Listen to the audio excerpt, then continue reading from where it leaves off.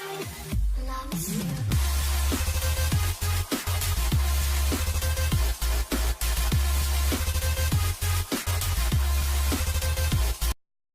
SCP-1048 est de classe critère. Avant de commencer une histoire, nous allons mettre une petite parenthèse. Le SCP-1048 parcourt actuellement le site 24 en toute liberté, étant donné qu'il ne représente pas de danger et qu'il était observé que sa présence améliore grandement le moral du personnel qui interagit avec lui. Fin de la parenthèse. La localisation de SCP-1048 est actuellement inconnue, bien que l'on suppose qu'il se trouve toujours quelque part dans le site 24. Le sujet doit être appréhendé à vue et placé sous confinement. Toute création de SCP-1048 doit être détruite à vue, à moins que des découvertes ultérieures ne permettent d'établir un protocole moins extrême. Aucun ours en peluche n'est autorisé dans le site 24 pour éviter toute confusion ou toute usurpation d'identité. Tout objet ressemblant à un ours en peluche doit être immédiatement signalé à l'équipe de sécurité. Ceci n'est pas une blague.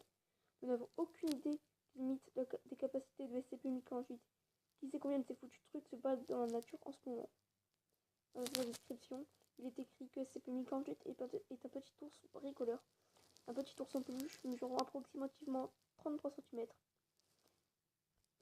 de haut. Les tests sur la composition de ce sujet n'ont relevé aucune qualité inhabituelle, le rendant différent d'un ours en peluche non conscient. Le sujet est capable de bouger tout seul, communiquer grâce à une série de gestes peu variés. Le sujet démontre régulièrement son affection à d'autres individus par des moyens jugés attendrissants. D'autres individus par des moyens par la plupart des personnes. Cette affection est en général démontrée par un câlin du mollet, mais le sujet a déjà été observé en train de danser de sautier sur place, et dans deux cas particuliers, il a même tracé des dessins enfantins pour l'équipe de nettoyage. Tous les membres du personnel de la fondation ayant interagi avec le sujet ont répondu positivement à son affection, y compris des membres du personnel de la classe D ayant des tendances sociopathes. Pour ceux qui ne savent pas, les classes D, ce sont des personnes qui sont emprisonnées pour faire des tests sur les SCP. Les tentatives de communication directe avec SCP-1048 n'ont pas été concluantes, même si le sujet est capable d'effectuer des gestes pour répondre par oui ou par non. Il ne répond pas souvent aux questions portant sur sa nature ou son origine. Il n'est pas possible de savoir si SCP-1048 ignore les réponses ou s'il préfère ne pas répondre à ces questions. Même si le sujet est capable de dessiner, il n'a, pour le moment, jamais utilisé l'art comme forme de communication, à part pour montrer son affection, même lorsque l'on encourage à le faire.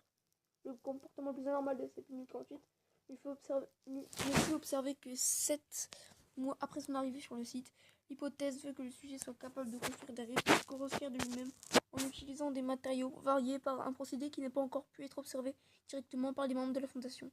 Le Dr Carver a suggéré que SCP-1048 sert de son aspect attendrissant pour leurrer son entourage en lui donnant un faux sentiment de sécurité, ce qui lui permet de collecter suffisamment de matériaux pour produire ses créations. Actuellement, il en existe 3. 3 créations connues.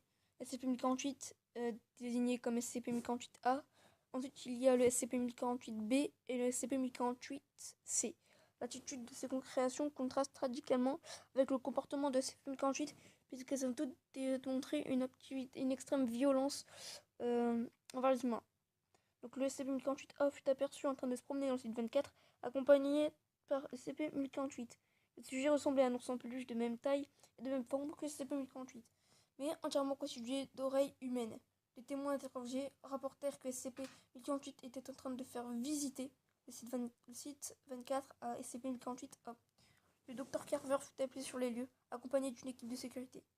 L'équipe de sécurité arriva à la première et tenta de s'emparer de SCP-1048-A. Le sujet émit alors un cri suraigu qui infligeait des douleurs oculaires et auditives intenses à tout le monde dans un rayon de 10 mètres. Des excroissances en forme d'oreilles commencèrent immédiatement à pousser sur tous ceux qui se trouvaient à moins de 5 mètres du sujet, recouvrant leur corps en moins de 20 secondes. Toutes les personnes atteintes par ce symptôme moururent au bout de 3 minutes, ce qui pour résultat la perte de X membres. On ne connaît pas encore le nombre de membres du personnel qui est mort, y compris la totalité de l'équipe de sécurité. Les autopsies révélèrent que la mort était due à une asphyxie causée par la poussée des excroissances en forme d'oreille à l'intérieur de la bouche et de l'œsophage des victimes. SCP-1048 et SCP-1048-A quittèrent les lieux avant que Dr Carson n'arrive, et ils n'ont pas pu être placés sous confinement depuis bien qu'ils aient eu tous les deux été aperçus de nombreuses occasions. Peu après cet incident, on découvrait qu'il manquait une oreille à un chercheur. D'après lui, il avait retiré par un moyen inconnu pendant son sommeil. Aucune autre victime d'amputation d'oreille n'a été retrouvée. On ne sait pas si SCP-1048 a obtenu d'autres oreilles via une autre source ou s'il est capable de dupliquer les objets. SCP-1048 et le sujet fut par plusieurs membres du personnel de l'information de la cafétéria du 24. Bon, voilà, non plus je connais pas la date. L'apparence du sujet était presque identique à celle de SCP-1048, mais il bougeait de façon irrégulière et saccadée. Les témoins rapportèrent que quelque chose semblait bouger à l'intérieur de SCP-1048-B. Le sujet ne fit d'abord aucune tentative d'interaction jusqu'à ce qu'une de ses coutures se défasse et révèle ce qu'il semblait être une main humaine d'enfant s'agitant dans le vide. On voyait cela, une femme chercheur nommée, là aussi, on ne sait pas, hurla et SCP-1048-B réagit en émettant un cri suraigu similaire à celui d'un bébé humain. Le sujet essaya alors voilà, c'est les données supprimées. Hein. Le chercheur, toujours en train de hurler, provoquant une énorme hémorragie interne. Dans le chaos qui s'ensuivit, une équipe de sécurité fut contrainte de... là aussi, c'est exprimé. À la fois, le chercheur et SCP-1048-B, approximativement 3 heures après cet accident, le docteur, on ne connaît pas son prénom, fut découverte dans son bureau inconsciente, en train de saigner. Un avortement a été pratiqué sur elle pendant son sommeil et son fœtus de 8 mois n'a pas été retrouvé. L'hypothèse veut que SCP-1048 ait utilisé l'enfant du docteur, docteur qui s'est mangé une césarienne, on va dire, pour qu'il s'en est servi de son fœtus pour créer SCP-1048-B. Et SCP-1048-B ne doit pas être ébruité aux survivants en cours de thérapie suite à l'accident impliquant SCP-1048, car le Dr Carver pense que cela pourrait nuire terriblement à leur rétablissement.